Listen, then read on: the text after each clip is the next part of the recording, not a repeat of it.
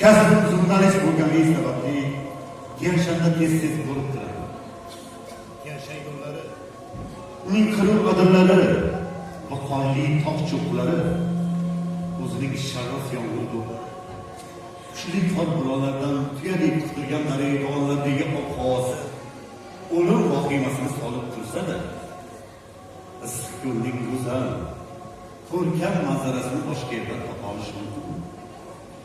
Qarang, issiqko'limiz qanday ajoyib. Ayniqsa oqqushlar. Oqqushlar issiqko'lga kuzatuvchi kelishib, shu yerda qishlashadi. Bahorda esa juda kamdan-kam kelishadi. Ularning bahorda kelishlari yaxshilikdan, baxtdan darak beradi. Xullas, mening bu hikoyam o'zbek va qirg'iz do'stligi haqida.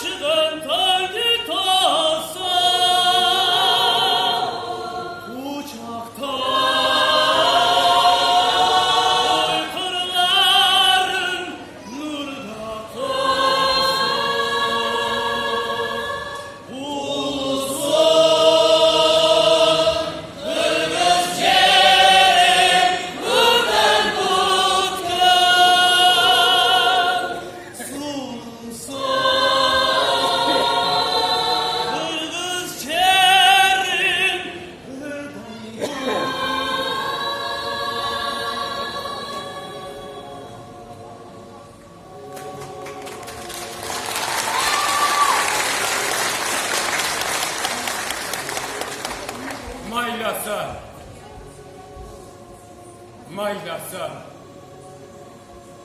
unday bo'lsa men ketaman. Chunki umrbod manguga yo'qotgan narsamni qaytara olmas ekanman. Lekin bilib qo'yasan, men totirik ekanman.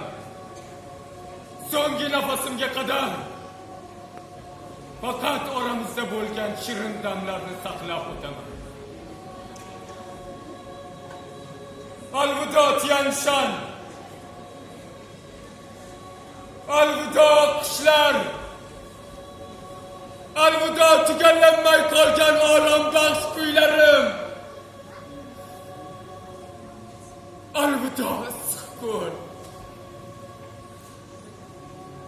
Moviy to'lqinlaring. Oltin qilg'oqlaring bilan birga olib ketardi bu. Xuddi sevgilimning sevgisini olib ketolmayotganimdek, seni ham olib ketolmayman. Ojizman. Qo'limdan kelmaydi. Alvido Asad. Alvido nozik niholim. Sarvqomat dilbarim.